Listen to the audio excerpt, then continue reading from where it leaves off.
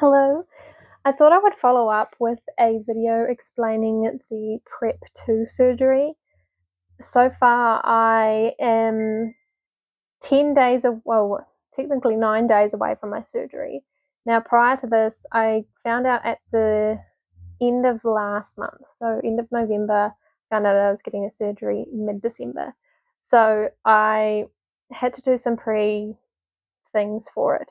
First thing I had to do is sign the admission forms for the hospital. So I've done that all online. They have this really cool setup now where you can just do it online, you fill in your information, and it's pretty quick. You can get that done. But I haven't heard anything from the hospital or the anaesthetist or any of that. So I'm hoping closer to the time I will, because they meant to tell you what medications you're supposed to stop and everything like that. And I don't take none. So I take a few medicines, so I hope that none of them are going to affect anything if I don't stop them before when they tell me. But anyway, I have gone to my naturopath and she said I should stop all my antifungal stuff before 7 days before the operation, so I will be doing that with her guidance. And as for the other stuff that she gives me, that's fine to just keep carrying on. The other thing I've had to do is to get a blood test prior to the surgery, so 10 days before. I went and got one yesterday, and I do in fact have a bruise from it, which is not fun. The other thing I've had to do is get my pre-approval for my health insurance.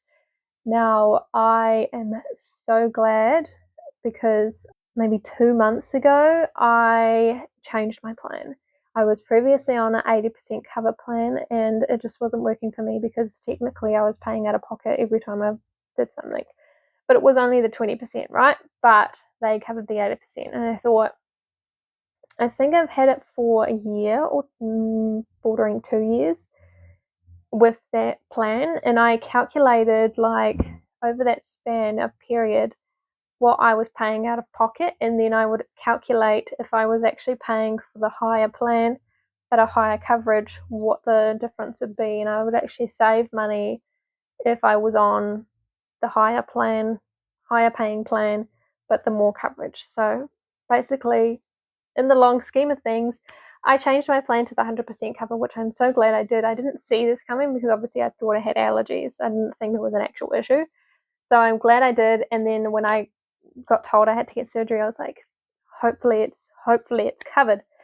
And thank the Lord it is. I got full cover for my whole surgery, which is insane. I will put the prices on the screen for approximately what they have quoted for the whole thing, which if you're interested just to see what our medical system is like and what everything costs, I will show you that. The funny thing is to me, like, I'm like, I'll have a 20k nose. Like, what? I am thankful that I have the opportunity to get medical insurance to be able to get full coverage for this, because I know a lot of people don't have private insurance or they don't have medical insurance in general. And they have to go through the public system, which takes years to probably even get the surgery done. And I am thankful that I have had that opportunity to be able to get my surgery so quick. And I am thankful that I have my health insurance that I do pay for. And I am fortunate enough to be able to pay for health insurance. Anyway, wrap up that story. I got health insurance and it's fully covered. So that was another thing I crossed off my list of having to do prior to the surgery. You have to then send that approval letter to the hospital and to the surgeon office so that they know that everything's fully covered, because they do have separate prices. So the surgeon has their prices, the anaesthetist has theirs, the hospital has theirs. Everyone has all their different things. And then I started a new medication. So I kind of emailed the hospital saying these are the other things that I've started. Don't know if the anaesthetist needs to be informed, but here you go.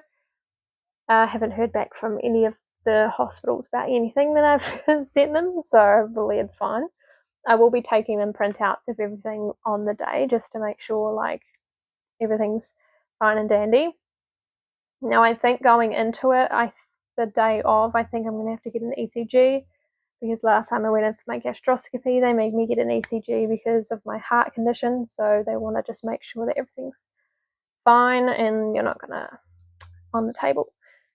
Not that that's going to happen, but and then obviously you have to stop the medications that you're on, but obviously after you've been told what you need to stop, if you need to stop anything, I am going to take all my stuff to the hospital.